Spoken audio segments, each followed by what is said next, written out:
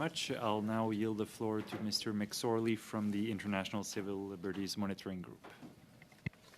Thank you very much. Thank you, Chair, and thank you for the invitation to share the perspectives of the ICLMG today regarding Bill C-27.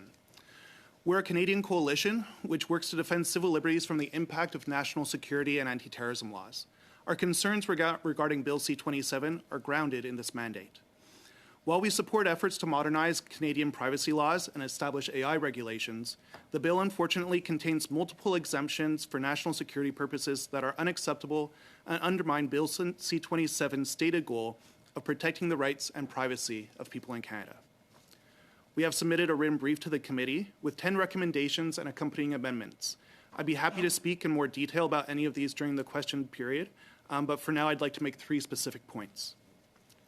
First, in regards to the CPPA, we're opposed to Sections 47 and 48 of the Act, which create exceptions to consent by allowing an organization to disclose, collect, or use personal information if it simply suspects that the information relates to national security, the defence of Canada, or the conduct of international affairs. This is an incredibly low threshold for circumventing consent.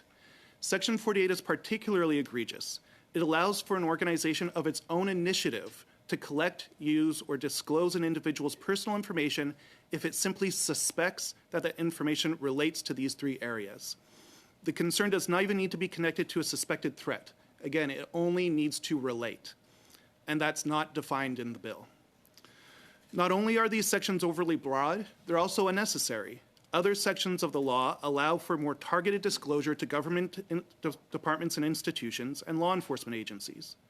For example, Section 45 allows an organization to proactively divulge information if it has reasonable grounds to believe, a much higher threshold, that the information relates to the contravention of a law that has been, is being, or will be committed. We contrast that reasonable grounds to believe threshold with simply suspecting that it relates. And in that regard, we find 47 and 48 unnecessary and overly broad. We propose then that Sections 47 and 48 simply be removed from the CPPA. Barring that, we've also proposed specific language in our brief that would help to establish a more robust threshold for disclosing personal information. Second, we're deeply concerned with the Artificial Intelligence and Data Act overall. In line with other witnesses, we believe it is a deeply flawed piece of legislation that must be withdrawn in favor of a more considered and appropriate framework. We have outlined these concerns in our brief, as well in a joint letter shared with the committee and the minister, signed by 45 organizations and experts in the fields of AI, civil liberties, and human rights. ADA was developed without appropriate public consultation or debate. It fails to integrate appropriate human rights protections. It lacks fundamental definitions. And egregiously, it would create an AI and data commissioner operating at the discretion of the Minister of Innovation, resulting in a commissioner with no independence to enforce the provisions of ADA, weak as they may be. Finally, I'd just like to address an unacceptable exception for national security that's found in ADA as well. Canadian national security agencies have been open regarding their interest in use of artificial intelligence tools for a wide range of purposes, including for facial recognition, surveillance, border security, and data analytics. However, no clear framework has been established to regulate the development or use of these tools in order to prevent serious harm. ADA should present an opportunity to address this gap. Instead, it does the opposite in Section 3.2, where it explicitly excludes the application of the Act to a product, service, or activity under the direction or control of the Minister of National Defence, the Director of the Canadian Security Intelligence Service, the Chief of the Communications Security Establishment, or any other person responsible for a federal or provincial department or agency prescribed by regulation.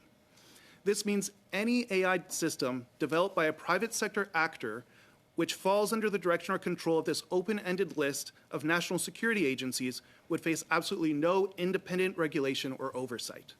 It is inconceivable how such a broad exemption can be justified. Under such a rule, companies could create tools for our national security agencies without the need to undergo any assessment or mitigation for harm or bias, creating a human rights and civil liberties black hole. What if such technology was leaked, stolen, or even sold to a state or private entities outside of Canada's jurisdiction? All AI systems developed by the private sector must face regulation, regardless of its use by national security agencies. Our brief includes specific examples of the harms that this lack of regulation can cause. I'd be happy to discuss these more with the committee. But overall, if ADA does go ahead, we believe that Section 3.2 should simply be removed. Thank you.